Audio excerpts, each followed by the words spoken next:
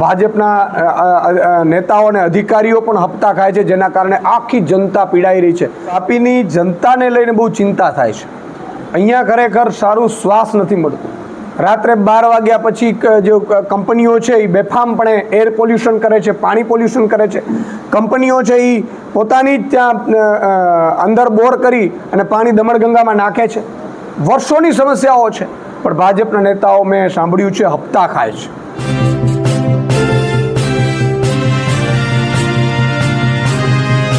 આવનારી મહાનગરપાલિકાની ચૂંટણી આવી રહી છે, જેમાં વાપી પણ મહાનગરપાલિકા તરીકે જાહેર થઈ છે. ત્યારે આજે મારી મુલાકાત મહાનગરપાલિકાની ચૂંટણીને અનુલક્ષીને થઈ છે.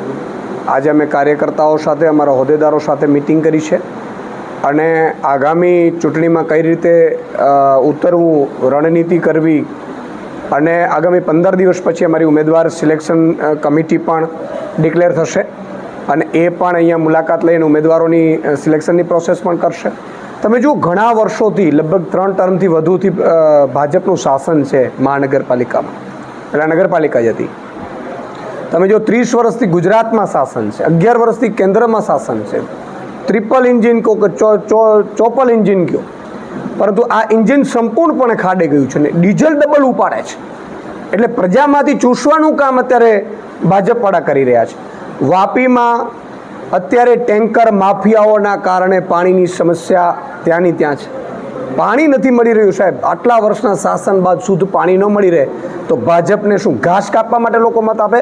અને એટલા માટે આમ આદમી પાર્ટી મજબૂતાઈથી તમામ સીટો ઉપર મહાનગરપાલિકાની ચૂંટણી લડવાની છે. તમે જુઓ, ટેન્કર માફિયાઓના અત્યારે ટેન્કર રાજથી વાપીને મુક્ત કરાવી છે. પોલ્યુશનનો પ્રશ્ન ખતરનાક છે, રોડ રસ્તાનું અને ડ્રેનેજનું પ્રશ્ન પણ ખતરનાક છે. બ્રિજ બને છે, બ્રિજ બનતું જ રહે છે, બ્રિજનું કામ જ પૂરું નથી થતું. આખા વાપીવાસીઓ રોજ ટ્રાફિકની સમસ્યાથી પીડાઈ રહ્યા છે અને ભ્રષ્ટાચાર ચરમસીમાએ છે. બધાએ સીટો ભાજપને આપવા છતાંય વાપીની સુરત છે દિવસે ને દિવસે બદસુરત થતી જાય છે. એટલે હું વાપીની જનતાને પણ કહેવા માંગીશ કે બહુ થયું હવે ભાજપ.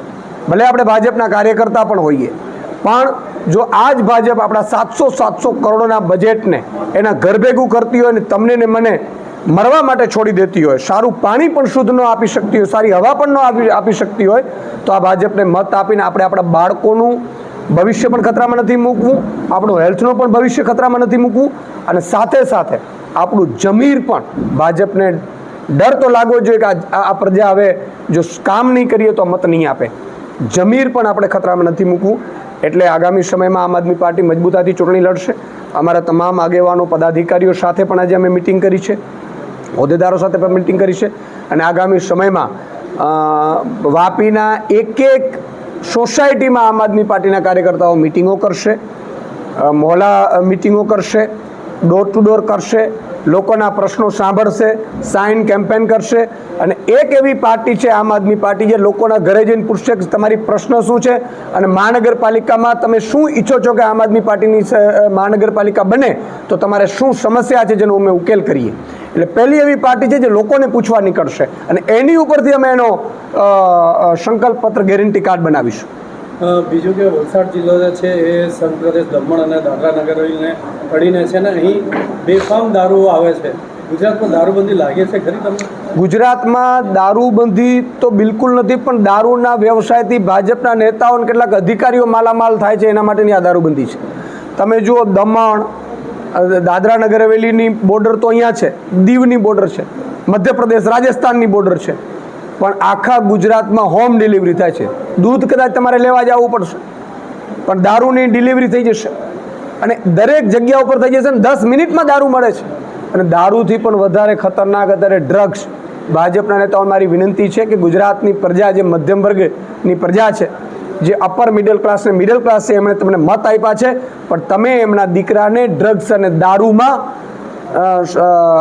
એને રવાડે ચડાવવાનું જે ષડયંત્ર રચ્યું છે, આ ભાજપનું ષડયંત્ર છે કે જો દારૂ આવતું રહે, લોકો નવયુવાનો પીતા રહે, તો એ નવયુવાનો નોકરી નહીં માંગે, એ નવયુવાનો રોજગારી નહીં માંગે, કારણ કે દારૂ જ પીતા પીતા એ લોકો પતી જશે, એ આ ભાજપનું ષડયંત્ર છે. અને હવે દારૂ કરતાં ખતરનાક ડ્રગ્સના રવાડે ચડાવ્યું છે, જે બહુ જ ખતરનાક છે. મારી વિનંતી છે ભાજપના નેતાઓને કે સંપત્તિ તમે હજી થોડા ઘણા બ્રિજ ખાઈને બનાવી લ્યો, પણ મહેરબાની કરીને દારૂ અને ડ્રગ્સના હપ્તા લઈ અને અમારી ગુજરાતની જનતાને બરબાદ ન કરો. સર, જેવું કે તમે કીધું કે પાણીના ટેન્કર માફિયાઓ ફરે છે, બીજી તરફ અહીંયા વાપીમાં જે કેમિકલ ઉદ્યોગો છે, કેમિકલ ઉદ્યોગોના બી ઘણા બધા માફિયાઓ છે. અને ત્રીજું બધાથી મોટો પ્રશ્ન છે વાપીનો પોલ્યુશન. તમે જોઈ શકો છો કે દિલ્હી યમુના નદી એકદમ ખરાબ થઈ ગઈ છે, તેવી દમણ નદી પણ પૂરેપૂરી ખરાબ થવાની કોશિશ ચાલી રહી છે.